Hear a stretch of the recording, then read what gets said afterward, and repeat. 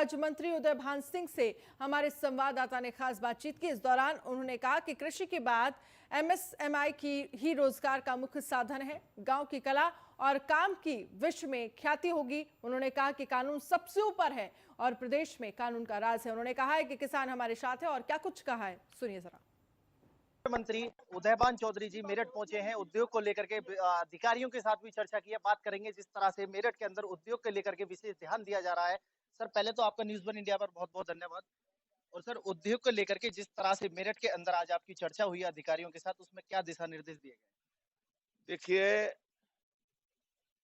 संपूर्ण देश, संपन्न भारत, आत्मनिर्भर भारत बनाने के लिए कृषि के बाद केवल उद्योग ही एक ऐसा माध्यम है जहां व्यक्ति को संपन्न बनाया जा सकता है। इसके लिए सूक्ष्म उद्योग, लघु उद्योग और मध्यम उद्योग ही एक रास्ता है। जब देश विश्व गुरु था, जब देश आत्मनिर्भर था, तो हर नौजवान के हाथ में परंपरागत काम था। जाति माँ के पेट के जन्म के साथ नहीं थी, कर्म के साथ थी। जो काम करता था, सुनार इसलिए कहा गया सोने का काम करता था, लोहार इसलिए कहा गया कि लोहे का काम करता था, बढ़ई इसलिए कहा गया कि वो लकड़ी का काम करता था।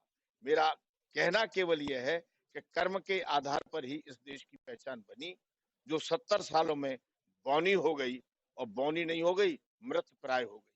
फिर से देश उठे और हर माँ के हाथ में काम हो, हर बेटी के काम में हाथ में काम हो। आज कोई चरखा काटने वाला है क्या?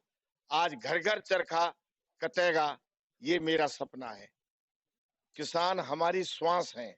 हम किसानों के विरुद्ध कोई काम सोच भी नहीं सकते। जितना काम उनके हित में हमने किया है, 70 वर्षों में कोई सरकार नहीं कर पाई। हम किसानों के साथ थे, किसानों के साथ हैं और हमेशा किसानों के साथ रहेंगे। ये किसानों का देश है, किसानों के साथ हम हैं। जितना भी हमने कानून बनाई है, वे सब किसानों के हित में।